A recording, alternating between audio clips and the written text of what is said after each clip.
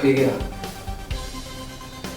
আজ ভাগ্যের নির্মম পরিহাস, প্রবাসে কাজ করতে গিয়ে আমার ওই হাতটা হারালাম।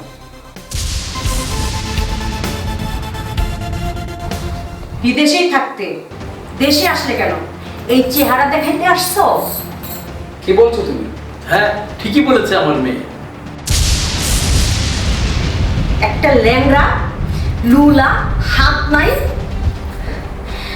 আমার এই বয়সে আমি কি করে তোমার সাথে সংসার করবো তুমি ভাবলে কি করে? হ্যাঁ, ঠিকই বলেছিস। কেন যে আমার মেয়ের জীবনটা আমি নষ্ট করে দিলাম। বাবা, এসব আপনি কি বলছেন? কে তোমার বাবা? আমি কোনো বাবা নই। তুমি এখান থেকে চলে যাও। এই বাড়িতে আর তুমি এসো না। নীলা! চিৎকার করবে না, এটা ভদ্রলোকের বাড়ি।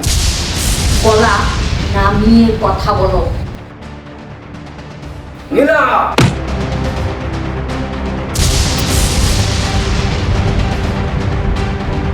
তোর এত বড় সাহস আমার ভব স্ত্রীর গায়ে চড় মারিস?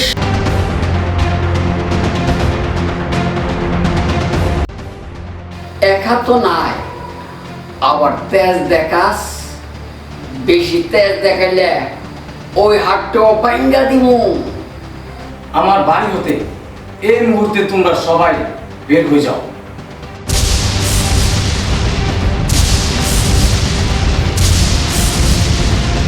কার বাড়ি থেকে বের হয়ে যেতে বলছেন মিস্টার?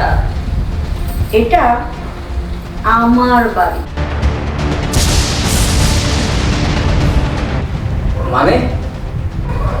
মানেটা খুব সহজ, এটা আমার বাড়ি।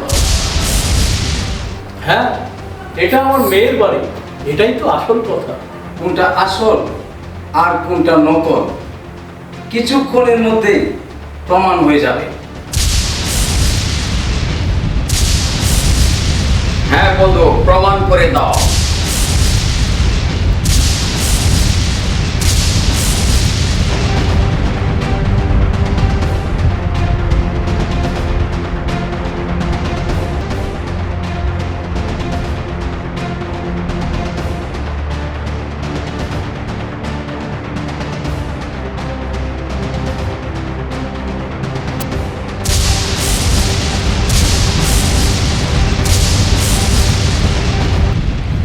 আমার হাত কিছুই হয়নি।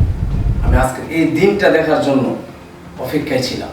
তাই বন্ধুর পরামর্শে তোমার সাথে মিথ্যে প্রেমের অভিনয় করেছি, শুধু এই দিনটির জন্য আমার বন্ধুকে দেখাবো করে।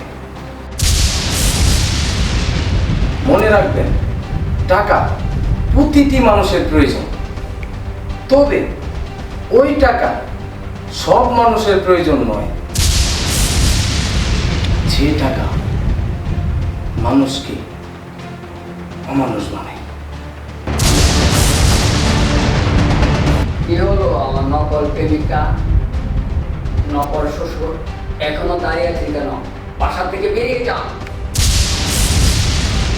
ওগো, আমাকে তুমি ক্ষমা করে দাও। আমার ভুল হয়ে গেছে, আমার চোখের পর্দা সরে গেছে। আমি বুঝতে পারিনি, আমি বাবার পরামর্শে এগুলো করেছি। আমাকে তুমি ক্ষমা করে দাও। লোভ আমাকে অন্ধ করেছে। আমি বুঝতে পারি নাই বাবা, আমাকে তুমি মাফ করে দাও। ছি ছি বাবা, আপনি আমার বাবার মতো। আপনি কেন ক্ষমা চাইবেন?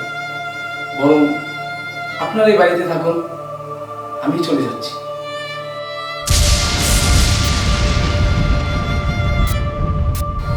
কোথায় যাবে তুমি? বরঞ্চ আমরাই চলে যাই। যে পাপ করেছি তার মাসুল তো দিতেই হবে। দাঁড়ান, রাত শেষ হলেই ভোর হয়। আর কোনো লোভ নয়। চলো ভালোবাসা দিয়ে আমরা নতুন জীবন গড়ি।